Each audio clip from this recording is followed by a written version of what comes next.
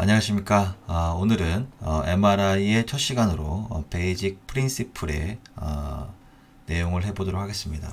주제는 파티클이라는 주제를 잡았는데요. 파티클이라고 하는 것은 입자죠.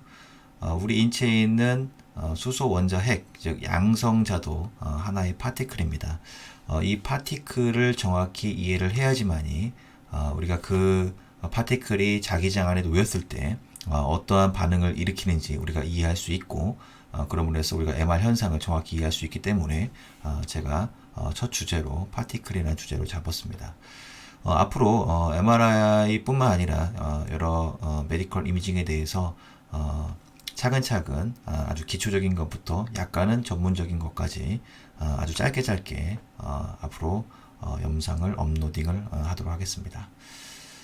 자, 그래서 오늘은 첫 시간으로서 그 파티클, MRI에서 사용되는 파티클인 수소 원자에 대해서 알아보는 시간을 갖도록 하겠습니다. 자, 그거에 대해서 알아보기 전에 우리는 항상 이러한 과제에 직면하게 되죠. 왜 MRI는 어려운 걸까? MRI를 오랫동안 해왔던, 그리고 공부도 했고 임상으로 경험도 했던 저도 MRI가 상당히 어렵습니다. 하물며 아직 MRI를 경험해보지 못한 그러한 학생들은 얼마나 어려울 것이라는 것을 짐작조차 가지도 않는데요. 어쨌든 간에 MRI는 상당히 어렵습니다. 그러면 우리가 왜 MRI 이렇게 어려운 것일까라고 생각을 해볼 만한 시점에 와 있는 것이죠. 반문을 해볼 수가 있는 것입니다. 자, 제가 메디컬 이미징 첫 번째 보여줬던 사진인데요. 이걸 딱 보면 여러분들 어떠한 생각이 드십니까? 이게 어떠한 원리를 나타내는지 정확히 아시죠? 바로 엑스레이 발생 과정을 나타낸 모식도입니다. 즉 필라멘트에서 전자가 튀어나가서 타겟에 부딪히면 X선이 발생을 하는 것이죠. 이런 모식도만 보여줘도 여러분들은 금방 이해를 하시고 습득을 하시고 또 뭔지 알 수가 있습니다. 왜 그러냐면 여러분들이 기계학 시간에 이러한 영상들을 배웠기 때문입니다. 자, 그런데 여러분들이 솔레노이드 정확히 뭔지 들어보긴 한 것 같은데 정확히 잘 모르시겠죠.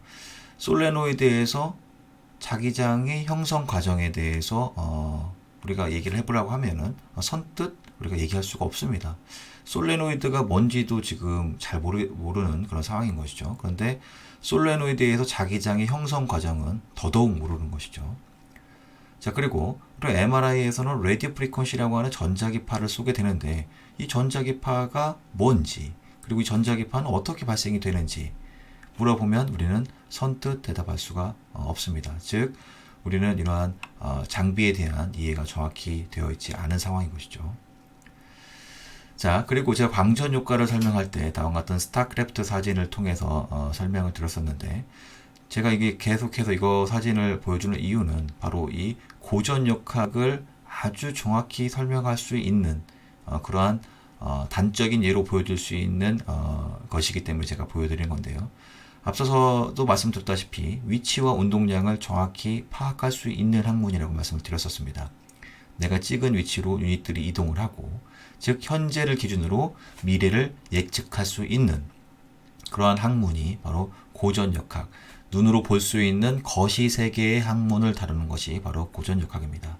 그런데 우리가 앞서서 했던 이런 광전효과처럼 눈에 보이지 않는 이러한 미시세계의 학문을 다루는 것을 제가 뭐라고 말씀을 드렸냐면 바로 양자역학이라고 했습니다. 양자역학이 어려운 이유는 눈에 보이지도 않을 뿐더러 우리가 생각하고 있는 그런 이론에 맞아 들어가지가 않기 때문에 이런 고전적으로 생각할 수 있는 그런 고전적으로 우리가 익숙했던 우리의 사고 방식에 전혀 맞아 들어가지 않는 그러한 일들이 미시 세계에서는 생기기 때문에 우리가 이해하기가 어려운 것이죠. 자, 제가 이 말씀을 왜 드리냐? 자, 우리가 MRI 지금부터 하고자 하는 이 프로톤 양성자는 눈에 보이지 않습니다. 눈에 보이지 않는 양자인 것이죠. 그런데 우리는 뭘 배우지 않았냐면 바로 양자역학을 배우지 않았습니다. 자, 이 프로톤이 있는데 이 프로톤에 어떠한 일이 생기냐면 우리가 외부 자기장에 놓였을 때 어떠한 일이 생기고 그 다음에 세초 운동을 왜 하는지 그리고 프로톤이 이렇게 기울어 있죠. 한 54.7도 정도 기울어져 있는데 왜 기우는지 RF 펄스를 맞으면 왜 넘어가는지 우리가 T1 릴렉세이션 타임을 63%까지라고 규정하고 있는데 왜 그렇게 하는지 신호는 어떻게 발생이 되는지 이러한 것들이 다음과 같은 양자역학으로 다 풀리게 됩니다. MRI에서 정렬을 하고 왜 거기서 세차 운동을 하고 거기서 왜 에너지는 스핀 양자수에 따라서 두 갈래로 나눠지고 왜 RF 펄스를 맞으면 스핀이 플립돼서 넘어가고 왜 디케이를 하면서 신호가 나오고 자기장의 신호감 변화가 일렉트리컬 필드를 형성해서 왜 우리가 신호를 얻어내는지가 다음과 같은 양자역학으로 모두 풀리게 됩니다. 하지만 제가 앞서서 말씀드렸다시피 우리는 다음과 같은 장비에 대해서도 정확히 이해가 되지 않고 있는 상황에서 다음과 같은 양자역학도 배우지 않은 상황에서 거의 챕터 앞부분에 뭐가 나오냐면 T1, T2 릴렉세이션이 나오죠. 제 개인적인 생각으로는 T1, T2 릴렉세이션은 가장 뒷부분에 우리가 이해하기 제일 힘든 부분인지도 모릅니다. 그렇기 때문에 MRI가 개인적으로 힘들다고 그렇게 생각을 합니다. 하지만 그럼에도 불구하고 우리가 공부를 해야 되는 것이죠. 즉 자동차의 원리와 기능을 알려주지 않고 운전해봐라 그러면 못하죠. 지금 그러한 상황입니다.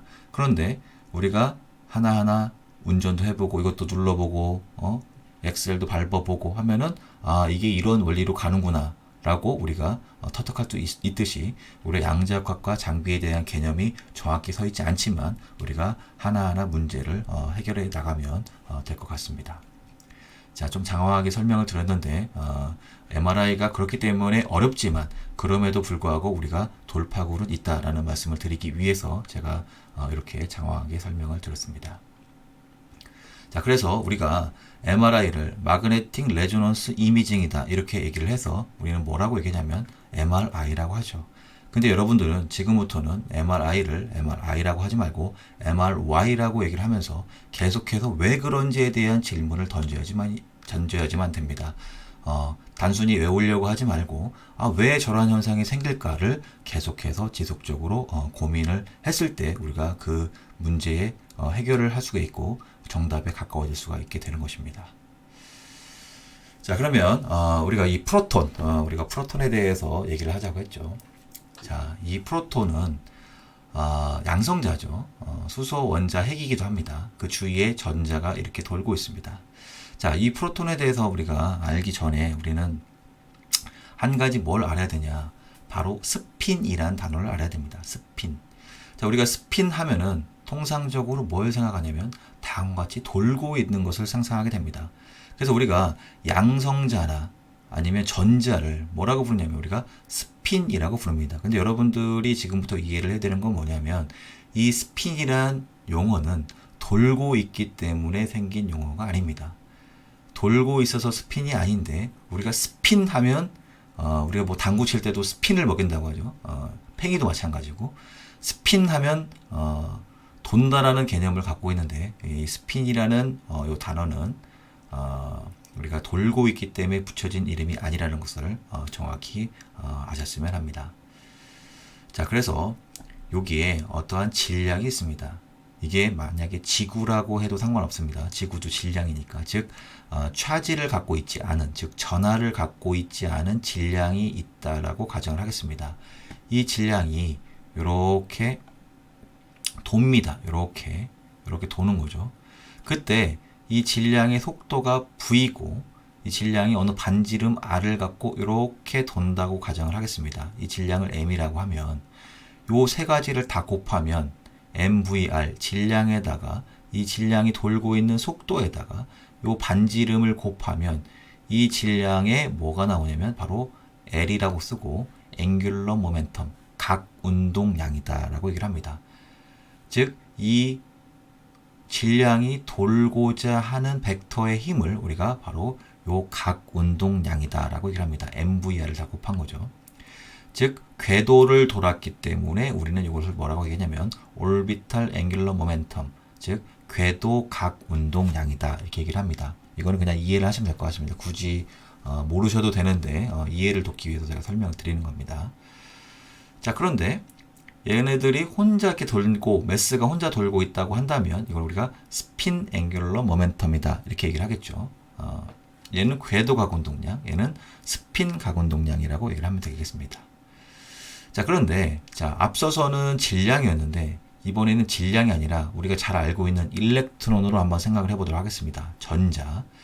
자, 전자는 차지를 갖고 있죠. 아까 질량은 차지를 갖고 있지 않았습니다. 그래서 질량이 돌고 있을 때 질량의 그 질량 m에다가 질량의 속도에다가 r을 곱하면 그게 그 질량의 각 운동량이라고 말씀을 드렸죠. 자, 근데 이번에는 일렉트론, 전자가 있습니다. 차지를 갖고 있는 전자가 이렇게 돌고 있습니다. 즉 전하가 돌고 있는 것이죠. 물론 전자는 마이너스 음전하를 갖고 있는데 이렇게 돌고 있습니다. 그러면 우리는 이걸 뭐라고 불러야 되냐면 이 전자에다가 이 전자의 속도에다가 전자의 반지름을 곱하면 뭐라고 불러야 됩니까? 전하의 각 운동량이다 이렇게 부르면 되겠죠. 왜냐하면 아까는 질량이 돌았기 때문에 그 질량이 각 운동량이지만 이번에는 전하가 돌았기 때문에 전하의 각 운동량이다 이렇게 부르면 되겠죠. 하지만 우리는 이것을 그렇게 부르지 않고 바로 자기 모멘트다 라고 얘기를 합니다. 이 전하의 자기 모멘트가 되는 것입니다. 자, 그런데 이게 전자라고 했죠. 전자는 이렇게 돌고 있죠. 자, 자기 모멘트인데 궤도를 돌았기 때문에 궤도 자기 모멘트라고 얘기를 합니다. 자, 그런데 이 전자는 또 하나의 어떠한 성질이 갖고 있냐면 스스로 갖고 있는 스핀 자기 모멘트도 갖고 있습니다. 자, 이 자기 모멘트, 궤도를 돌았다고 하는 것은 죄송합니다. 궤도를 돌았다고 하는 것은 전류가 흐른 것이죠. 그 전류가 휩쓸고 간 면적과 그 전류를 곱하면 이 전하의 자기 모멘트가 나오는데 어쨌든 간에 궤도를 돌았기 때문에 궤도 자기 모멘트라고 하고 전자는 그 자체 스스로도 스핀 자기 모멘트를 갖습니다. 즉 전류가 흘러서 생긴 자기장의 힘이라는 것입니다. 그런데 궤도를 돌았기 때문에 궤도 자기 모멘트, 스핀 자기 모멘트도 갖는데 이 스핀 자기 모멘트는 인트린직한, 즉 고유한 성질입니다. 자, 전자나 프로톤이 인트린직하게 스핀 자기 모멘트를 갖는데 그 갖는 이유는 아직까지도 밝혀지지가 않은 사실입니다. 어쨌거나 전자는 이렇게 궤도를 돌기 때문에 궤도 자기 모멘트와 혼자 갖고 있는 스핀 자기 모멘트, 이 두 가지의 자기 모멘트, 즉 자기장의 성질을, 자석의 성질을 갖는다는 것입니다. 자, 그런데 프로톤은 어떻습니까? 프로톤은 가만히 있죠. 가만히 있고 주위에 전자가 돌고 있습니다. 전자는 아까 궤도 자기 모멘트도 있고 혼자 갖고 있는 고유한 자기 모멘트도 있다고 말씀을 드렸죠. 즉, 하지만 프로톤은 가만히 있습니다. 가만히 있고 주위에 전자만이 돌 뿐이죠. 하지만 이 프로톤도 자기 모멘트를 갖습니다. 즉, 고유하게 갖고 있는 인트린직한 자기 모멘트, 고유 자기 모멘트를 갖습니다. 즉, 프로톤과 전자가 왜 이러한 고유한 자기 모멘트를 갖는지는 아직 밝혀지지가 않은 그런 상황입니다. 어쨌든 간에 여러분들이 알아둬야 될 사항은 바로 이 프로톤은 바로 하나의 자기 모멘트를 갖는 자석의 성질을 갖고 있는 물질이다라고 이해를 하시면 될 것 같습니다. 이것을 이해를 해야지만이 이러한 자기 모멘트를 갖는 파티클이 자기장 안에 놓였을 때 생기는 현상에 대해서 이해를 할 수 있습니다. 여러분들이 앞서 설명한 것들이 이해가 가지 않는다면 한 가지만 기억을 해두시면 됩니다. 하나의 프로톤은 자기 모멘트를 갖는 자석의 성질을 갖는 다이폴 모멘트, 자기 쌍극자이다. 즉 하나의 자석이다라고 여러분들이 이해를 하시면 될 것 같습니다. 자, 오늘은 짧게 첫 시간으로서 이런 수소 원자 핵인 양성자의 자기 모멘트에 대해서 말씀을 드렸습니다. 다음 시간에는 이러한 자기 모멘트를 갖고 있는 양성자가 자기장 안에 놓였을 때 어떠한 현상이 생기는지와 그다음에 자기 회전비 이런 것들에 대해서 정확히 알아보는 시간을 갖도록 하겠습니다. 끝까지 경청해서 대단히 감사합니다. 혹시나 도움이 되셨다면 구독을 눌러주시면 감사할 것 같습니다. 감사합니다.